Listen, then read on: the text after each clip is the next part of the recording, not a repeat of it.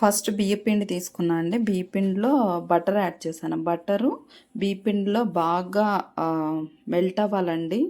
బాగా కలుపుతూ ఉంటే ఆ టేస్ట్ మనం తినే ఆ చెక్కల్లో తెలుస్తుందండి. తర్వాత రుచికి సరిపడా అంత సాల్ట్ యాడ్ చేశాను. ఇంకా జీలకర్ర కూడా యాడ్ చేశాను. అది డైజెషన్ ప్రాబ్లం కోసం మా మామగారి కోసం చేస్తున్నా కదండి ఇప్పుడు నేను, అందుకోసం. ఇదైతే అల్లం ఇంకా పచ్చిమిర్చి పేస్ట్ చేసుకున్నాను. ఇది పచ్చికారంలా యూజ్ చేయొద్దండి.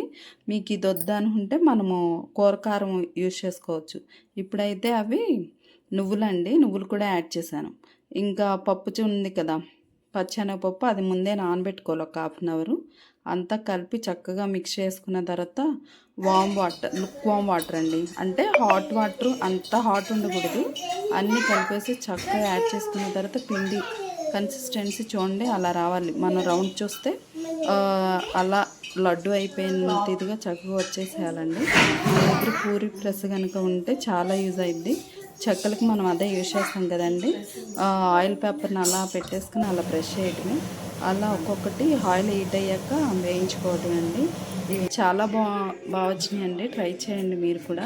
ఇవన్నీ నేను ఇప్పుడు మా మామయ్య గారి కోసం చేశాను, అందుకే కొన్ని అంతవరకే చేశానండి. మళ్ళీ కావాలంటే మా ఇంట్లోకి నేను మళ్ళీ చేసుకుంటాను. వీడియో నచ్చితే కనుక లైక్ చేయండి, షేర్ చేయండి. మరిన్ని వీడియోస్ కోసం